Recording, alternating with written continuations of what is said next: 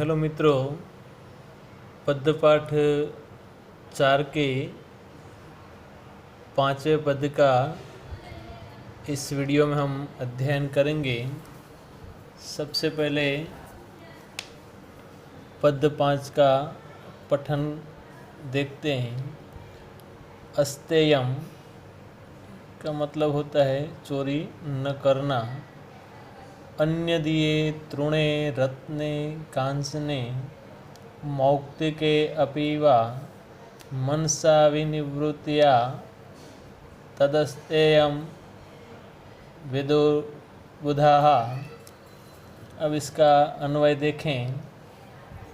अन्य दिए तृणे रत्ने कांचने मौक्तिके अपीवा मनसा या विनिवृत्तिः अस्ति तत बुधाः अस्तेयम विदुः।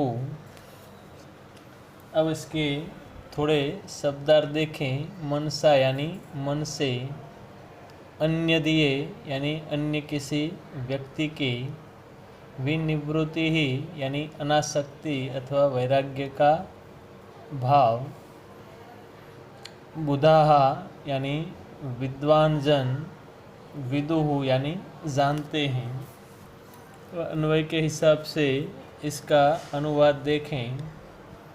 अन्य दिए तृणे रत्ने कांचने मौक्तिके अपीवा मनसा या विनिवृत्ति ही अस्ति।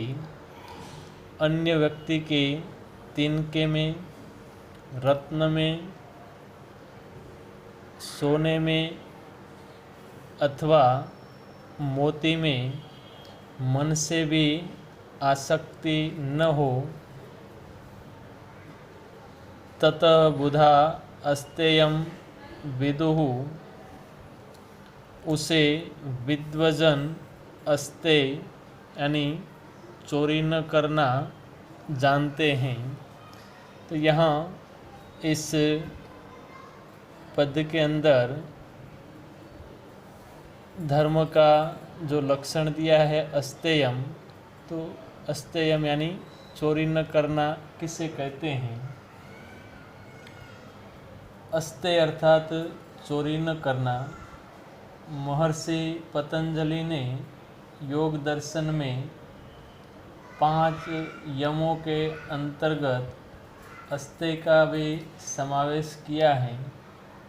चोरी शब्द का प्रचलित आशय यह है कि किसी अन्य की वस्तु उसकी जानकारी के बिना ले लेना, परंतु यहाँ किसी अन्य की वस्तु के प्रति मानसिक रूप से भी आसक्ति हो या उसे ले लेने की इच्छा भी हो तो उसे स्तेय अर्थात चोरी ही कहा जाता है।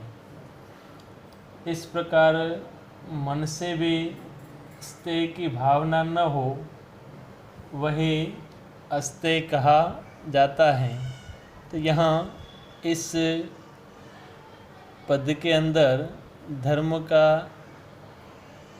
जो अस्तेयम रूपी लक्षण है उसमें कहा गया है कि दूसरे व्यक्ति के तिनके, रत्न, सोने या मोती में मन से भी आसक्ति न हो तो ही उसे अस्तेय कहा जाता है। अब इसका 6ठा पद देखें। शौचम यानी पवित्रता। शौचम च द्विविधम प्रोक्तम बाह्यम आभ्यंतरम तथा मृंजलाभ्याम स्मृतम बाह्यम भाव शुद्धि तथा अनंतरम। अब इसका अन्वय देखें।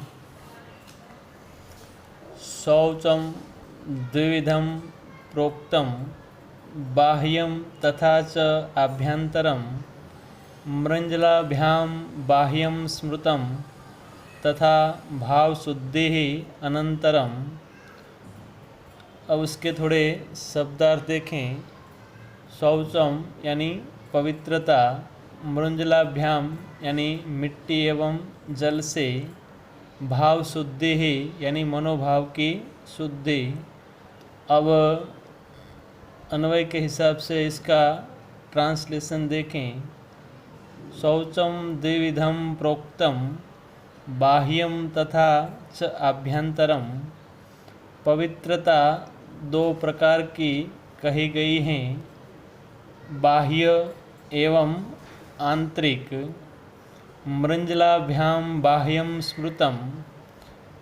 बाह्य पवित्रता मिट्टी एवं जल के द्वारा तथा भाव शुद्धि ही अनंतरम, तथा आंतरिक पवित्रता मनोभाव की शुद्धि से होती हैं। तो यहाँ शौच का अर्थ है पवित्रता या स्वच्छता।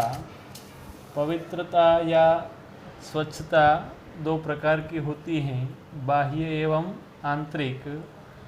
आध्यात्मिक पथ पर आगे बढ़ने के लिए दोनों प्रकार की पवित्रता परम आवश्यक हैं।